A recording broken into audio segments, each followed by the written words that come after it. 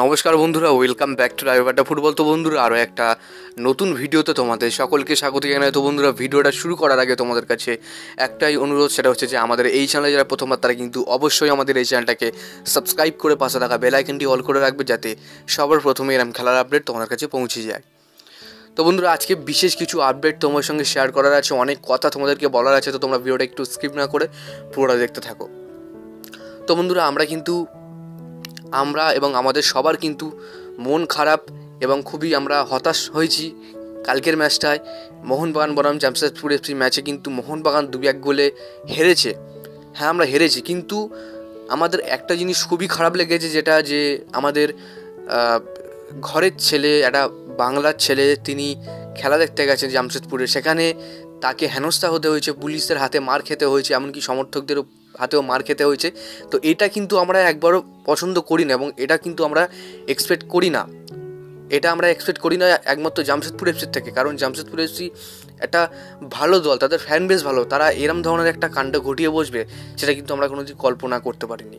তো আমাদেরই একটা জেলার ছেলে, তার মাথা ফাটিয়ে দেওয়া হয়েছে এবং তাকে রক্তাক্ত করে দেওয়া হয়েছে। তো সেক্ষেত্রে সেই ছবিটা কিন্তু আমি তোমাদেরকে দেখাতে পারছি না কিছু কারণে।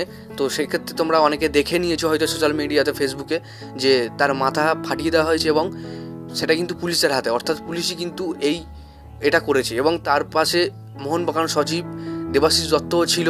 তো এইটা করা কিন্তু একদমই উচিত হয়নি। আমরা কিন্তু প্রবল ঘেন্না জানাচ্ছি এইটার প্রতি, যে জামশেদপুর এফসি তারা এরমভাবে আমাদের ঘরের যে সমর্থকরা তাদের উপরে এরম ট্রিট করেছে। তো তাদেরকে বোঝা উচিত যে এখনও কিন্তু সেকেন্ড লেগ বাকি আছে, যেটা কিন্তু সল্টলেকে খেলা আছে।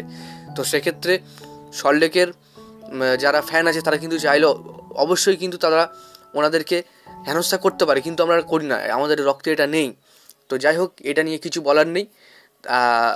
কথা হচ্ছে, খবর চলছে, অবশ্যই কোনো ডিসিশন আসলে তোমাদেরকে আমি কিন্তু জানাবো।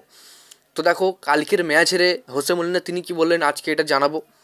কালকে ম্যাচ হারার পর হোসে মলিনা তিনি প্রেস কনফারেন্সে বলেন, দল 20-25 দিন পরে মাঠে নেমেছে, সেক্ষেত্রে এরম পারফরমেন্স আশা করছি। কিছু করার নেই, অবশ্যই খুব ভালো খেলেছে, অনেক দিন পর মাঠে নেমে তারা কিন্তু যথেষ্ট ভালো খেলেছে এবং আমরা অবশ্যই সেকেন্ড লেগে জয় আনার চেষ্টা করব, এটাই কিন্তু তিনি বলেন। এবং জেসন কামিন্সকে নিয়ে পোস্ট করলে হোসে মলিনা বলে, অবশ্যই বিশ্বমানের একটা গোল আমরা দেখতে পেয়েছি এবং আমরা সবাই চাই যে মোহনবাগান জিতুক এবং এটা আমাদেরই ভুল ছিল, আমরা পরের বারে কিন্তু আরও শক্তিশালী হয়ে মাঠে ফিরতে চাই আমাদের হোম গ্রাউন্ডে, এমনটাই কিন্তু তিনি জানান। তো কালকে জেসন কামিন্সের গোলটা তোমাদের কেমন লেগেছে তোমরা কিন্তু অবশ্যই কমেন্ট বক্সে জানিয়ে দাও।